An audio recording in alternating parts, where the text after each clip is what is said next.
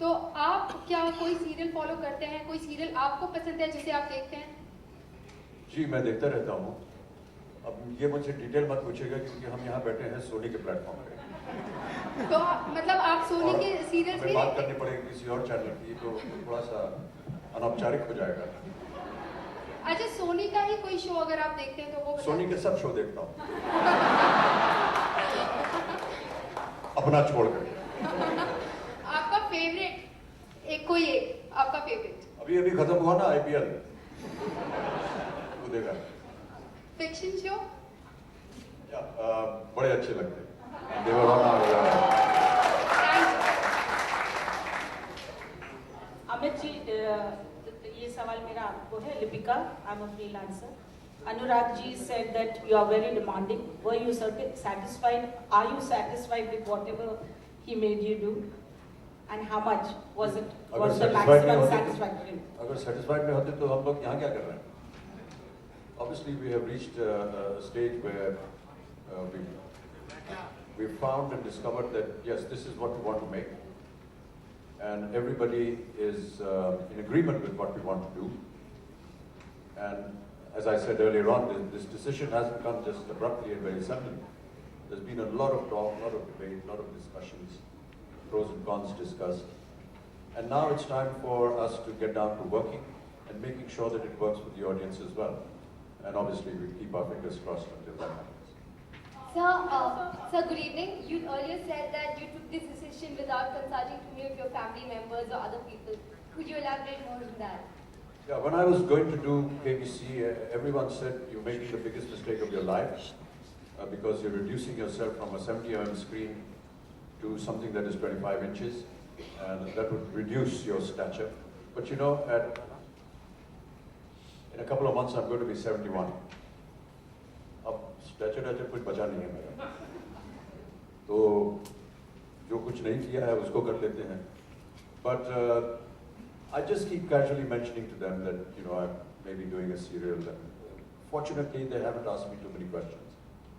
So I'm hoping that they will keep that kind of protocol in the family and not ask me anything further until it's all over and done.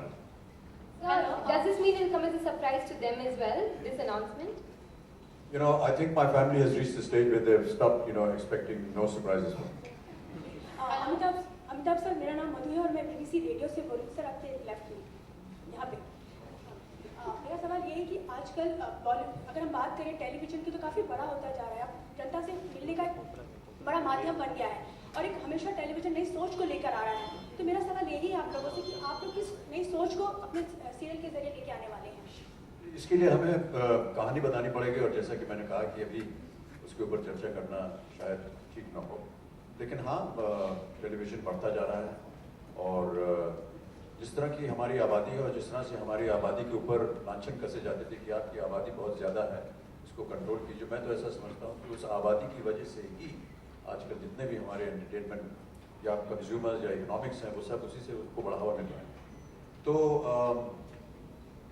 जहाँ तक मेरी जानकारी है, commercial, I may be wrong, पर commercially television का जो turnover है भारतवर्ष वो सिनेमा से ज़्यादा है. I think it's about 22 crores for television and about 12,000 crores for cinema. तो जाहिर है कि टेलीविज़न जो है वो बढ़ता जा रहा है, हर जगह पहुंच रहा है. कोई भी दुनिया में कोई ऐसा देश नहीं है जहां पर 460 टीवी चैनल हो, और अभी भी ऐसा अनुमान है कि 800 चैनल का एप्लीकेशन सरकार के पास रखा हुआ है. तो आप समझ सकते हैं कि कितना विस्तार है टेलीविज़न का हमारे देश में, और उसको खाना चाहिए, कंटेंट चाहिए.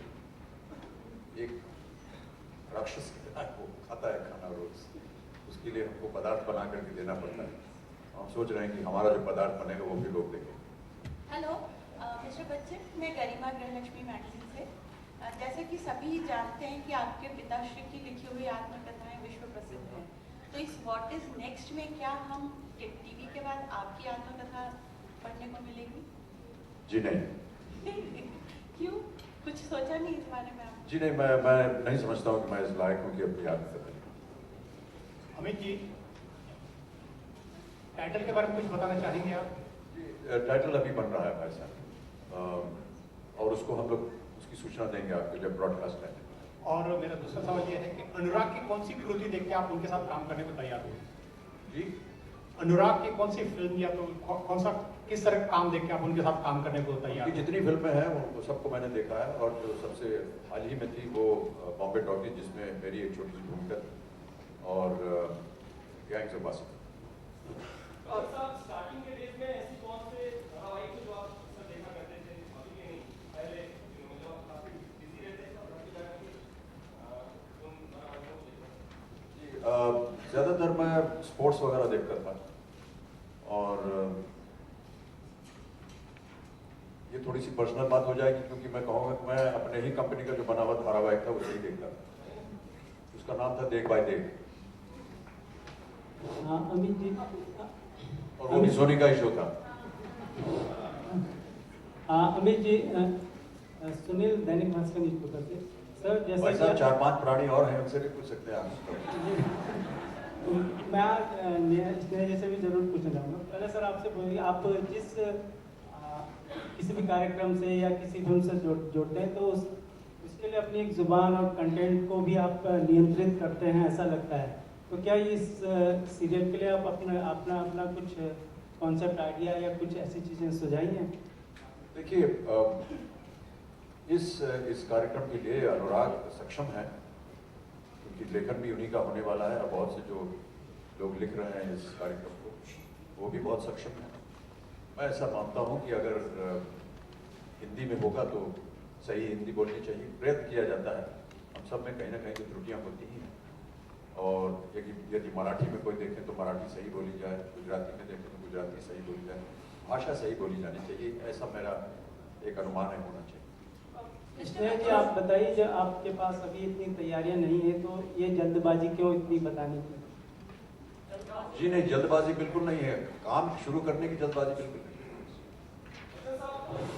मुंबई में बहुत सारे युवा आते हैं, कभी एक्टर बनने, कभी सीरियल्स में काम करते हैं, कभी डांस के प्रोग्राम में जाते हैं, कुछ भी करते हैं। उन युवाओं के लिए क्या मैसेज आप देना चाहेंगे जो एक वक्त आने पर डिप्रेशन का शिकार हो जाते हैं? देखिए, जो कुछ भी अभी हाल ही में हुआ तो उससे हम सब बड़े दुखी हैं और चिंतित भी हैं, और अब उसके बारे में चर्चा करना बड़ा अजीब सा लगता है। लेकिन कई बार ऐसी परिस्थितियां बन जाती हैं जहां पर कोई भी शख्स उदास हो जाता है, डिप्रेस हो जाता है, और कई बार बहुत सारे सपने, बहुत सारी भावनाएं वो अपने मन में लेकर के आते हैं, और वो जब पूरी नहीं होती हैं तो हो सकता है कि शायद उनके मन के अंदर कहीं एक तार जो है वो टूट जाता है। मैं तो यही कहना चाहूँगा जितने भी हमारे देश के नौजवान हैं, ये अपने जीवन को इस तरह समाप्त करने का ये तरीका अच्छा नहीं। हमें बड़ा कष्ट हुआ और बहुत दुख हुआ जो अभी हाल ही में जिया खान के साथ। मिस्टर बच्चन, बड़े अभिनेता, फिक्शन शो में काम करने के लिए आपको वो ऐसी कौन सी एक चीज थी जिसने कन्विंस किया इतने सालों बाद टीवी पर कुछ करने के लिए? ऐसी कोई एक बात जिसने आपको कन्विंस किया आपको फिक्शन शो में काम करने के लिए? सिनेमा में काम नहीं मिल रहा था तो सोचा टेलीविजन मिस्टर बच्चन, रोशनी